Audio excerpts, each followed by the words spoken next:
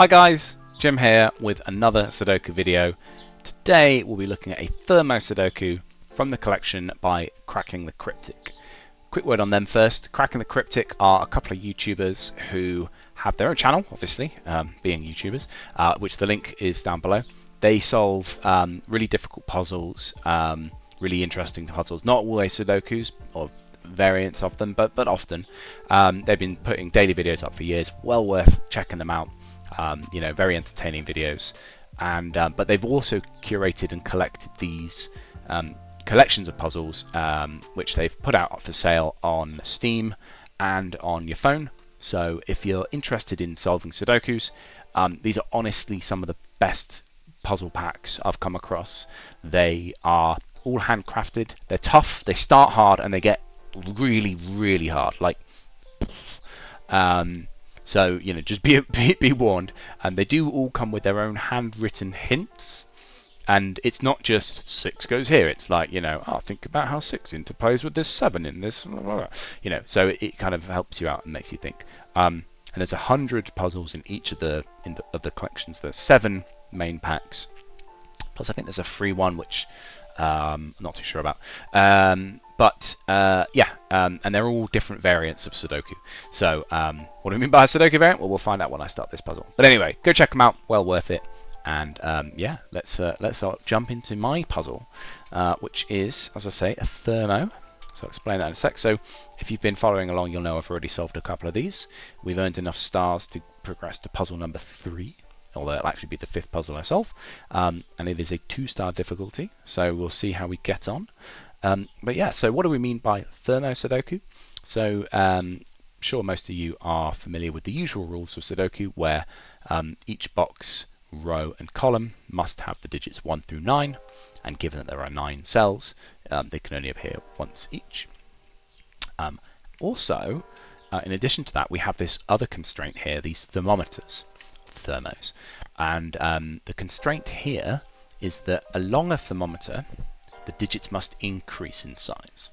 So it's really useful, particularly when you have these nice long thermometers like this, because this must be quite a small digit and this must be quite a large digit, and that's it. So yeah, as I say, maybe you've got these puzzles yourself, play along with me, or watch me as I fight my way through this, and let's get going. So my usual instinct with thermos, especially with long thermos like this, is to just pencil mark in everything that you can put on. So if we look at this, if we look at these lengths, right, this is a 1, 2, 3, 4, 5, 6 length thermometer. So the lowest you could ever go is 1, 2, 3, 4, 5, 6. Okay. As happens, there's a 6 there, so that can't work. But what that tells you is this is at least a 6. So this is a 6, 7, 8, or a 9. Interestingly, I noticed that there are 4 of those such cells in this box. So this box actually contains a 6, 7, 8, 9. What? No, there you go. Quadruple. And so that also tells me that in these cells we've got 2, 3, 4, and 5. So that's quite a neat start, isn't it? It's fitting with this flower type pattern we've got going on. That 9 stops that being a 9. That 9 stops that being a 9, and that 6 stops that being a 6. Okay. Then typically, I will admit, I usually just go 1, 2, 3, 4, and then I go 2, 3, 4, 5, 3, 4, 5, 6. 4, 5, 6, 7, and then 5, 6, 7, 8. And to be honest, I do think that is a sensible way to start. So I'm going to do that on each of these. It's not the most thrilling of ways to solve this Sudoku. I think if you're a bit braver, you wouldn't pencil mark everything in straight away. But I think particularly the harder puzzles, you've almost got no choice. You get forced into it anyway. So yeah, and then basically what I'll do is I'll say, oh well, look, there's a 5 in this box, so I can rule 5 out from here. Right, straight away. This 2 in this box rules out 2 from there. There can't be a 4 here either, so that's interesting. And there can't be a 7, and then you can see finally you whittle your way down. Now maybe if you're good at Sudoku, you could have like spotted from this combination this immediately had to be a 6. I don't know, But for me, I'm not good enough. And that's interesting. So now, given that this has to be lower than a 6, but it must be at least a 3, 1, 2, 3, and it's lower than a 6, 4 and 5 aren't available, it does in fact have to be a 3. And that works its way all the way back down the Thermo like that. This can't be a 5 anymore because that is a 6, so that is at least a 7. So that's a 7 and an 8, and therefore that can't be a 7 because this one is at least a 7. So that is an 8 or a 9. What are we missing from this box, by the way? Might as well just note it. 1, 8, and 9. Okay. Now, can I do any similar logic? Yes. So that can't be a 2. And you can't have a 3 in the box either. Based on these cells here. That one's quite unrestricted. What about here? Well, you can't have a 6. And that 4 over there rules these two out as being 4s. So that's interesting. There's still quite a bit that can go on here. Okay. So this 7 rules that out from being a 7. So that's only a 4 or a 5. And then 4. Oh yeah, 4 does work. Right. So none of these can be a 4. So in fact, the only thing that can be now is a 5. And this is why you do such heavy pencil marking, particularly in this app, because all the other numbers you spot. So when I type these in, it sorted out the pencil marks down here for me. So if you put your pencil marks in first, any work you do afterwards can benefit you just by automatically stripping out pencil marks. You can turn that off if it's too easy to have pencil marks. Because if you did this with pen and paper, you'd be, it could just automatically delete your pencil marks. All right. So 6, 7, or 8 is fine, but that can't be a 6 anymore. 3, that can't be a 6 either because it needs to increase into a 5. So actually that must be a 3, a 2, and a 1. So that's nice. We know 1s are now in one of these two cells, which means there's a 1 here. Okay, that's behaving itself. What about this? Yeah, so we've got a 4, 5 pair in this row now, and it's on a thermometer, so we know it must increase. So that goes 4 and then 5. That gives us 7 and 8 and 9.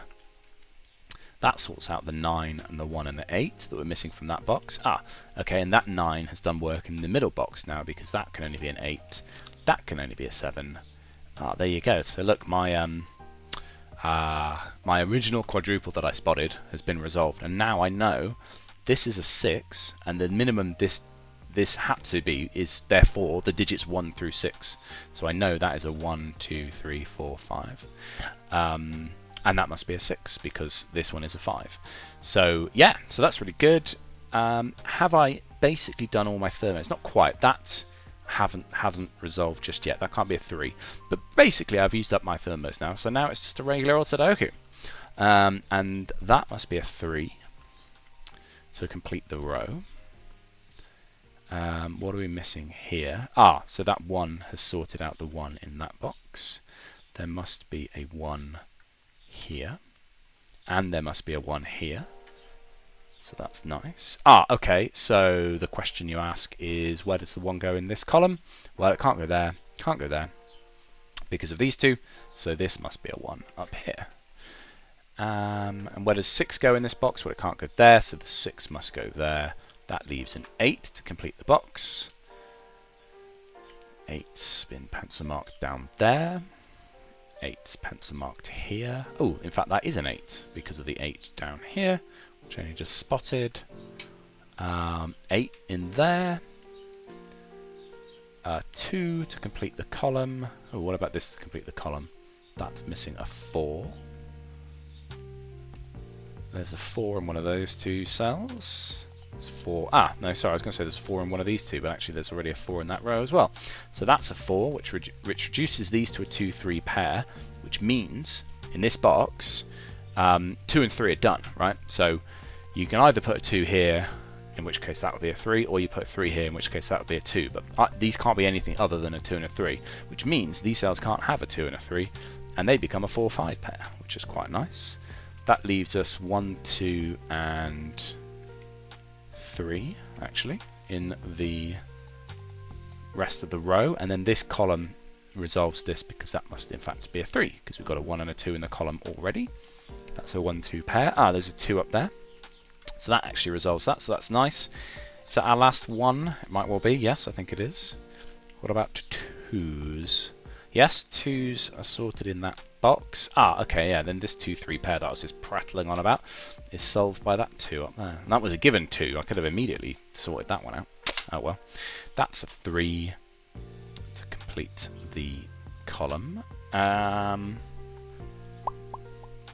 feel like that must be a 3. Yes, it must. That's 1, 2, 3 sorted out. What's this to complete the... Excuse me. To complete the row, it's a 5. To complete this row is a 7. To complete this box is a 5. Yeah, now we're really cooking on gas, aren't we? This has been a nice puzzle. This so I don't know if you've been watching previous puzzles of mine. I just did the King Sudoku from yesterday. Whoa, that thing destroyed me. So this is nice.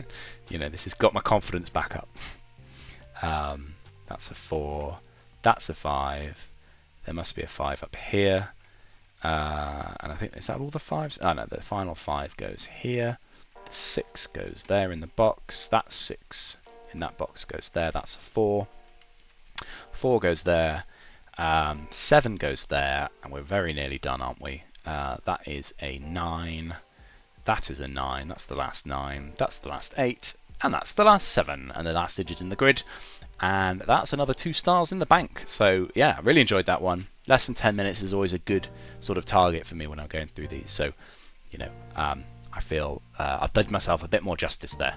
But yeah, really enjoyed it. Like I said, I love Thermos. I think Thermos, they're right up there for my kind of favourite variants. I don't know if it's just because you can kind of, it's not cheating, but you know, if you just pencil mark everything straight away, you get a lot of logic kind of sorted out for you without having to do too much thinking, which maybe that suits me well. Anyway, well look, I hope you enjoyed the video.